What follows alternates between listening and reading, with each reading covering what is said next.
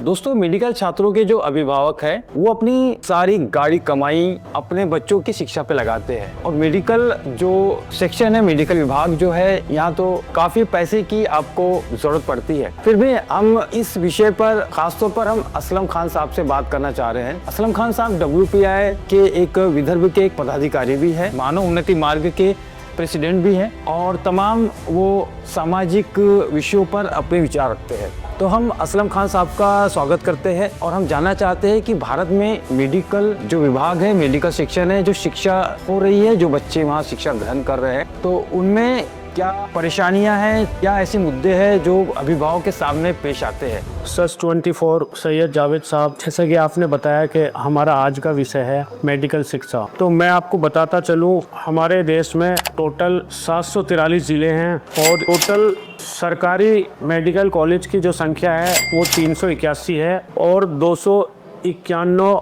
Private college हैं और 26 इसमें माइनॉरिटी के मेडिकल कॉलेज हैं। अब इन माइनॉरिटी के 26 मेडिकल कॉलेज में 95 to 98% मुस्लिम बच्चे पढ़ते हैं MBBS डॉक्टर बनने के लिए। जब भारत सरकार ने हर ज़िले में, देश के हर ज़िले में एक सरकारी अस्पताल है, तो उसी के साथ सरकारी अस्पताल में एक सरकारी मेडिकल कॉलेज क्यों शुरू नहीं किया।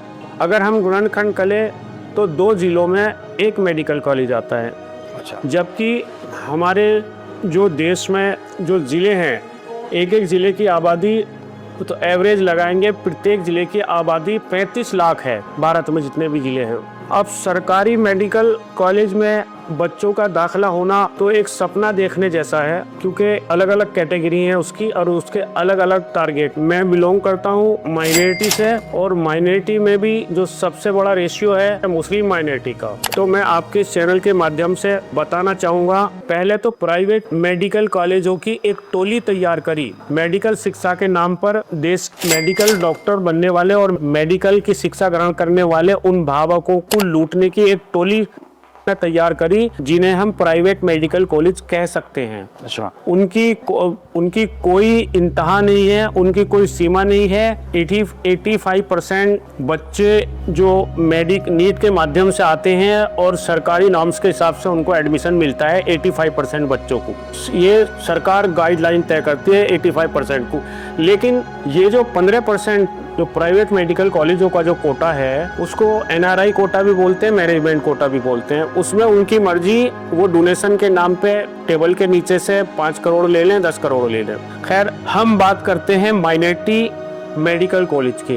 तो मेरे अध्ययन के अनुसार, मेरी जानकारी के अनुसार माइनॉरिटी के जो भी 26 मेडिकल कॉलेज हैं, ये इसमें से 95 से 98% बच्चे मुस्लिम पढ़े जाते हैं। तो एक गिरोह बनाया, एक धनाढ्य मुसलमानों का एक गिरोह बनाया और वो सरकार से अनुमति लेते हैं, परमिशन लेते हैं और मेडिकल MBBS डॉक्टर बनाने के नाम पे छात्रों को आकर्षित करते हैं। नीट के माध्यम से वो अपने कॉलेजों में एडमिशन देते हैं। जो माइनॉरिटी के जो 26 कॉलेज हैं उनमें 350 से लेकर 500 तक जिन बच्चों के नंबर आते हैं नीट में, उनको वो एक फैसिलिटी है, वो एक सहूलियत है। जिन बच्चों के नंबर नीट में 350 से 500 तक आते हैं, वो वहाँ उनको एडमिशन मिल जाता है। लेकिन इसमें सरकार की एक गलत नीति, सरकार का एक गलत नियम ऐसा है कि सरकार ने इन माइनॉरिटी कॉलेज के संस्थानों को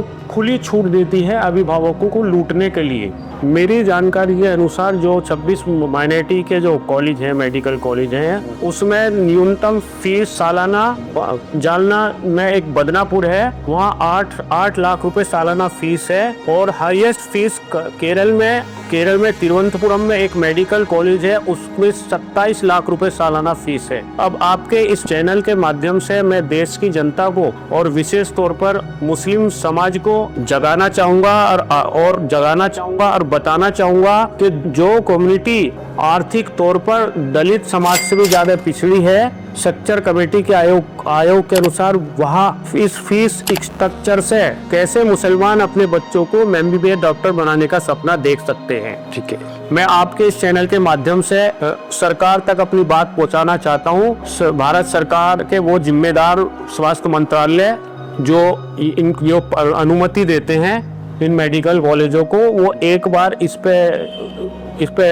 अध्ययन करे, सोच विचार करे, क्योंकि एडमिशन तो मिल जाता है माइनॉरिटी मेडिकल कॉलेज में, लेकिन फीस स्ट्रक्चर इतना ज़्यादा है कि उसमें बहुत सारे अभिभावकों को अपना प्लाट बेचना पड़ता है, लोन लेना पड़ता है, घर गहन रखना पड़ता है, और जिनके बस की नहीं है भारत में अफोर्ड करना, तो वो फिर अजरबैजान, बांग्लादेश और रसिया, ना जाने कौन कौन से देश में अपने अभिभावक अपने बच्चों को MBBS डॉक्टर बनाने के लिए भेजते हैं। मांग करना चाहता हूँ भारत सरकार से, माइनॉरिटी के जो मेडिकल कॉलेज हैं इनकी गुणवत्ता भी देखें और इनके जो फीस स्ट्रक्चर को एक बार दोबारा रिवाइज करें। क्या ये उचित हैं? एक ऐसी कम्युनिटी जो गरीबी, जो जिसके ज़्यादातर लोग गरीबी रेखा से नीचे हैं, जैसे फार्मास्यूटिकल को कहा जाता है मेडिकल माफिया, वैसे ही हम इसको कहेंगे मेडिकल कॉलेज माफिया। तो ये जो आपकी बातों से जो मैं समझ रहा हूँ कि देश की ज़्यादातर जो माइनॉरिटी में जो आने वाली मेडिकल कॉलेजेस है, आप उन सभी कॉलेजेस के बारे में ये जो आपकी बातें लागू होती है, या फिर सिलेक्टेड तो कोई कॉलेजेस है जिस पे आप बोलना चाह रहे हैं? नहीं, जैसा कि मैंने आपको बताया 381 जो मेडिकल कॉलेज हैं सरकारी, वो छोड़ दीजिए आप, वो हमारा विषय ही नहीं है। और जो अदर्स 293 प्राइवेट कॉलेज हैं, लेकिन वो भी हमारा विषय नहीं है, क्योंकि हम माइनॉरिटी से बिलोंग करते हैं, तो हमारा दंड माइनॉरिटी के लिए रहेगा, क्योंकि माइनॉरिटी विशेष तौर पर मुस्लिम माइनॉरिटी जो है वो इकोनॉमिकली बहुत पुअर है, उनकी आर्थिक स्थिति दयनीय है, बहुत खराब है। अब उसमें 1-2% जो मुस्लिम कम्युनिटी में जो लोग हैं जिनके पास अच्छी नौकरी है पेरेंट्स को, और अच्छे उनके कारोबार है, या फॉरेन करेंसी उनको आती है, वो तो इजीली आसानी से अपने बच्चों को इन माइनॉरिटी मेडिकल कॉलेज में MBBS डॉक्टर बना लेते हैं। लेकिन जो मुसलमान है, मेरे जैसा, आपके जैसा, उसका बच्चा जब नीट में 500 से कम के स्कोर पे अटक जाता है, लेकिन उस बच्चे का अरमान मेडिकल MBBS डॉक्टर बनने का रहता है, और ऐसे बच्चों के अभिभावक अपने बच्चों को मेडिकल क्षेत्र में भेजना चाहते हैं और MBBS डॉक्टर बनाना चाहते हैं, तो वहाँ फिर उनको बहुत ज़्यादा परेशानियों का, दिक्कतों का, दुश्वारियों का सामना करना पड़ता है, बहुत कुछ दांव पे लगाना पड़ता है। और जिनके आर्थिक स्थिति खराब है, 350 से 500 के बीच में भी जिन बच्चों के नंबर आते हैं, लेकिन वहाँ यह फीस जो नंगी लूट है, जो खुली डकैती है माइनॉरिटी मेडिकल कॉलेजों की, वो अफोर्ड नहीं कर सकते,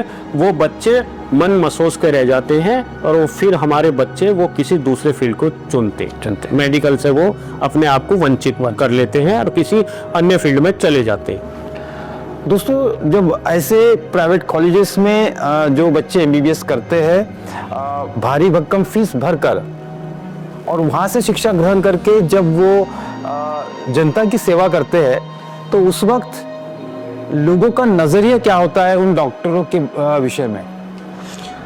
हाँ, सैयद जावेद साहब, आज से 30 साल पहले तक डॉक्टरी पेशा सबसे ज़्यादा सम्मान्य पेशा था। डॉक्टर और मास्टर आदर्श होता था जीवन का, मार्गदर्शन करने का। डॉक्टर स्वास्थ्य का सेवक होता था, और लोग डॉक्टर को भगवान के नजरिए से देखते थे। लेकिन जब करोड़ों रुपए अभिभावक खर्च करेंगे, तो उसकी रिकवरी में ये बात कहीं लुप्त हो जाती है, ये इतिहास काल के खंड में चली जाती है। अच्छा। अब आज जो प्राइवेट कॉलेजों से डॉक्टर बनके लोग बच्चे MBBS करके MD/MS करके निकल रहे हैं, तो ये वसूली कर रहे हैं, और क्योंकि इन्होंने बहुत बड़ा इन्वेस्टमेंट किया है, ये इनके अब जो दलाल हैं मेडिकल शिक्षा में भी एक बहुत बड़ा दलालों का एक गिरोह है जो एडमिशन कराता है।